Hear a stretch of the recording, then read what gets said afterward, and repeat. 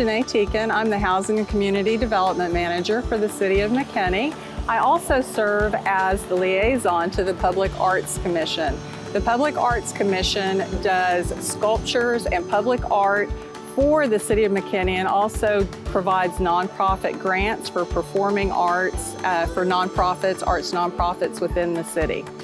In the last 5 years, we've had 3 public art installations. The first was on the Cadillac Pizza building. Misty Oliver did a mural that is kind of a 1920s inspired painted mural on the side of the building.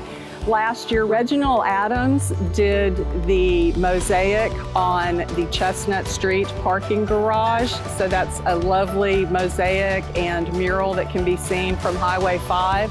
And then our latest public art project is Unity Arch, and that was created by I Chu Hopin, who is an internationally renowned sculptor. Well, Unity Arch is all about how we can bring people together with the universal thing of unity and with the universal expression for love and connection that we can all resonate as a human being.